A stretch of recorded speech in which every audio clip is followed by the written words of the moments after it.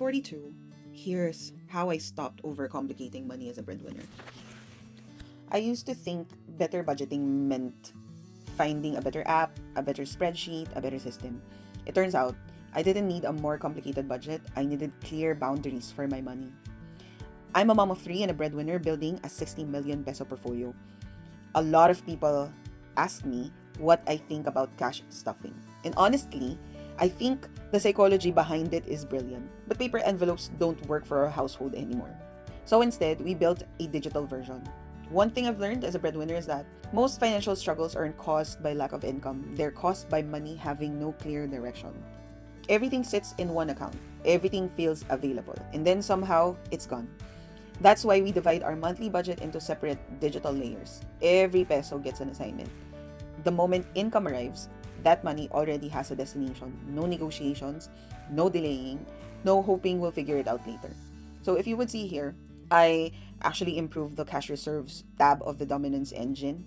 So I've included here all of the allocations that we are currently making in several bank accounts. So please understand that this is already a 23-year version of me. So if you're not seeing this progress on yours yet, maybe you have not started, maybe it's too early for you.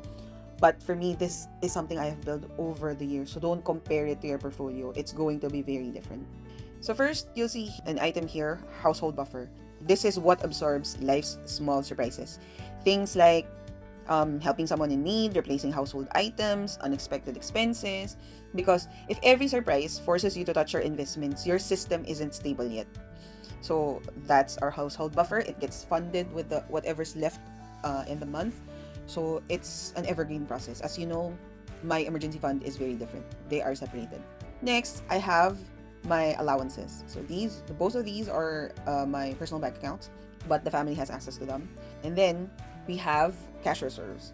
This is the money that doesn't stay idle. It gets deployed into investments. So I have two, CIMB and GoTime, but I mostly use GoTime.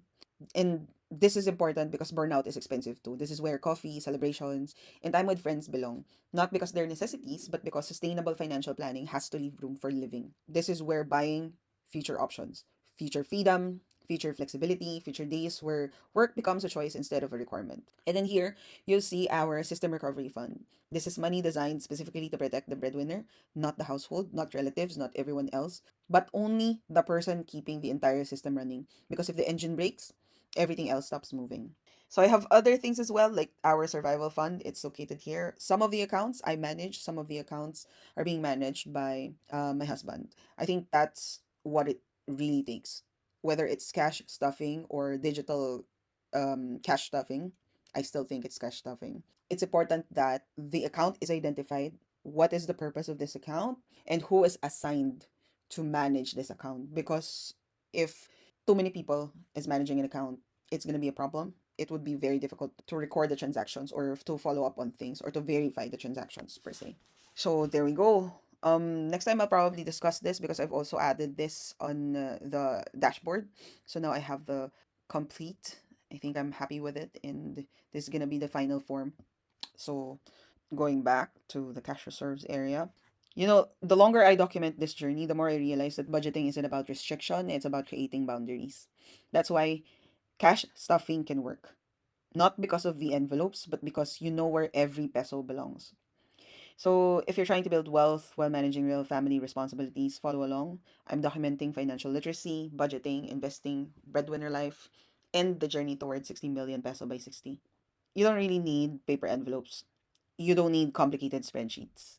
This one, it might seem a lot, but two people are managing it. Just make sure that you have a system that tells your money where to go before life decides for you. And that's the update for today, group mates. See you on the next one.